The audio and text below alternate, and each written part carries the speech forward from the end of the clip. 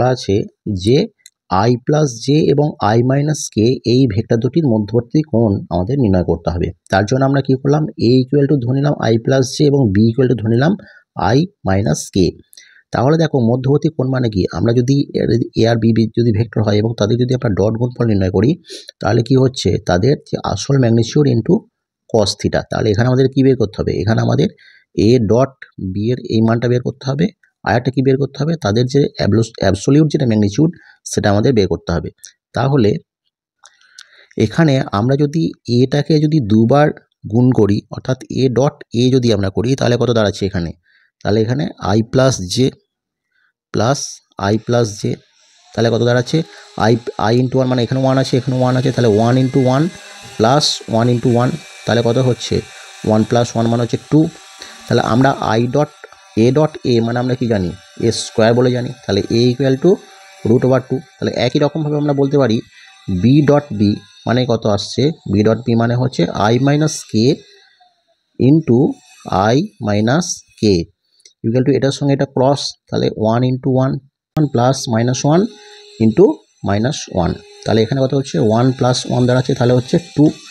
অর্থাৎ এটার সমান আবার কি বলতে পারি, এটার সমান বি স্কোয়ার বলতে পারি, তাহলে বি সমান কত রুট ওভার টু। এবার আমরা যদি এ ডট বি দুটো যদি আমরা গুণ করি তাহলে কত দাঁড়াচ্ছে i plus j into b এর মান আছে আই মাইনাস জে আর আই মাইনাস হচ্ছে কে, তাই তো। তাহলে এটার সঙ্গে আমরা কি বলতে পারি, এটার সঙ্গে যখন আমরা এটা ডট গুণফল করব তখন কি হবে, আই ইন্টু আই মানে আই ডট আই দাঁড়ালো এখানে, মাইনাস এটা কত দাঁড়াচ্ছে আই, এটা প্লাস হচ্ছে আই ডট জে, তারপর এটার সঙ্গে এটা হবে, এটার সঙ্গে এটা গেলো, এটার সঙ্গে এটা গেলো, তারপর সঙ্গে কে এর সঙ্গে হবে, তাহলে minus I dot k plus আবার এটা মাইনাস দাঁড়াবে, মানে এটার সঙ্গে এটা হবে, তাহলে জে ডট কে। এবার দেখো দুটো আই যখন আমরা ডট গুণফল করব তখন কি হচ্ছে, মানে আই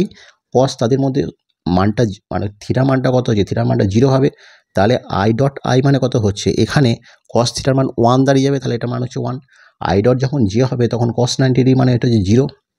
তাই তো। আবার যখন ধরো এটা জেটা ধরলাম তখন কি দাঁড়াচ্ছে, এটার মানও জিরো দাঁড়াবে, এটার মানও জিরো দাঁড়াবে, তাহলে এখানে কত দাঁড়াচ্ছে ওয়ান, তাহলে এ ডট বি মানে হচ্ছে ওয়ান। তাহলে আমরা এই যে আমরা ইকুয়েশনটা কি জানি যে এ ডট বি এতে যদি ডট গুণফল হয় তাহলে কি হচ্ছে এ বি কস থিটা, তাহলে এখানে কস থিটা মান কত, কস থিটা সমান হচ্ছে এ ডট বি